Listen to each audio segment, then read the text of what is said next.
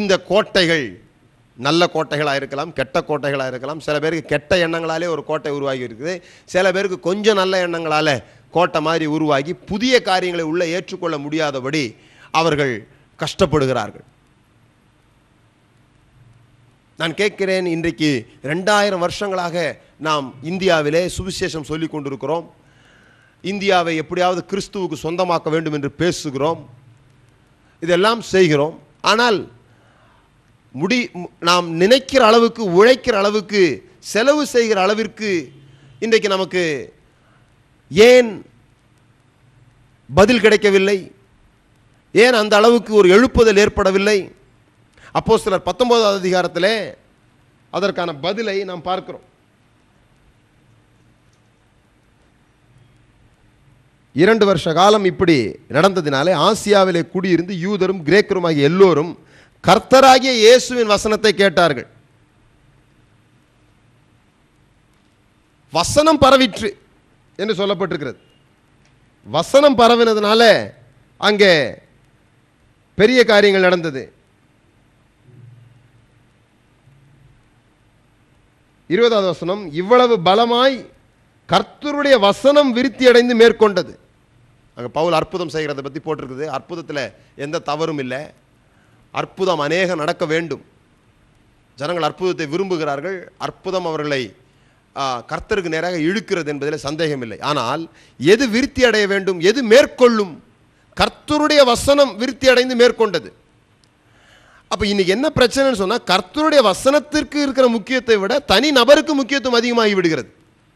வரம் பெற்றவர்களுக்கு முக்கியத்துவம் அதிகமாகி விடுகிறது. ஜனங்கள் வசனத்தை தேடி போகாமல் நபரை தேடி போகிறார்கள். அதனால தான் இன்னைக்கு பல அந்த நபரோட கூட அந்த காரியம் முடிந்து போய் விடுகிறது. அவர் நித்தியமானவர் அல்ல, அவர் முழுமையானவர் அல்ல, பூரணமானவர் அல்ல. ஆகவே வசனம் மேற்கொள்ளவில்லை, ஆட்கள் மேற்கொள்கிறார்கள்.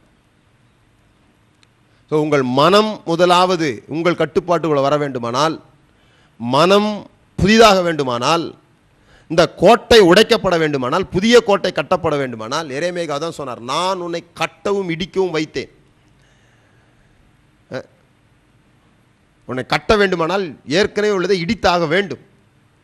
அதனால தான் சில சமயம் நாம் சொல்லும் பொழுது இடிக்கிற மாதிரி இருக்கு. பழைய நம்பிக்கைகள்லாம் உடைகிறது, பாரம்பரியங்கள் உடைகிறது. அப்போ என்ன ஆகுது? ஐயோ என்னமோ பெரிய காரியம் பண்ணுறாங்க போல் இருக்கே, தப்பான விஷயம் பண்ணுறாங்க போல் இருக்கேன்னு சொல்கிறாங்க.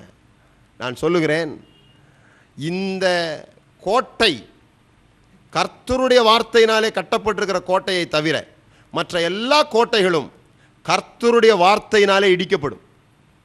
அதுதான் கண்மலையை உடைக்கிற சம்மட்டி. இந்த வார்த்தை போகும்பொழுது இடிக்கப்பட முடியாது என்று ஒன்றுமே இல்லை. உங்கள் வாழ்க்கை மாற்றிக்கொள்ளப்பட வேண்டுமானால், நீங்கள் உங்கள் இருதயத்தை திறந்து வைப்பீர்களானால், உங்கள் மனதை புதிதாக்க வேண்டும் என்று நினைப்பீர்களானால், கர்த்தருடைய வார்த்தையை உள்ளே அனுமதியுங்கள். அந்த கர்த்தருடைய வார்த்தை ஒவ்வொரு நாளும் வாசிக்க வாசிக்க, கேட்க கேட்க, எப்படி சின்ன வயதிலிருந்து இத்தனை வயது வரைக்கும் 20ஓ 25ஓ 40ஓ ஏன் பெரியவர்களால் ரட்சிப்புக்கு வர்றது கொஞ்சம் கஷ்டமாக இருக்குது. இன்றைக்கு உலகத்தின் கணக்கெடுப்பின்படி வாலிபர்கள் அநேகர் இயேசுவை ஏற்றுக்கொள்கிறார்கள். ஏன் அப்படி நடக்குது? பழையவர்களால் ஏன் ஏற்றுக்கொள்ள முடியல? அவங்களுடைய கோட்டை இன்னும் உறுதியானதாக இருக்கிறது. அவ்வளோ நாள் கஷ்டப்பட்டு கட்டின கோட்டை அது அவ்வளோ சீக்கிரம் உடைக்க முடியல. கொஞ்சமாக இருந்தால் சீக்கிரம் உடைச்சிடலாம். அப்புறம் ஒரே நாளில் கட்டப்பட்டதில்லை, அதே மாதிரி ஒரே நாளில் உடைக்கவும் முடியாது. 12 வருஷமாக 20 வருஷமாக கட்டின ஒரு விஷயம் இன்றைக்கு ஒரு நாள் பிரசங்கத்தில் உடஞ்சிடும்னு கிடையாது. என் உபதேசத்தில் நீங்கள் நிலைத்திருக்க வேண்டும் என்று இயேசு சொன்னார். அதனால தான் ஒவ்வொரு நாள் காலையும் இதை நீங்கள் கேட்கிறீர்கள்.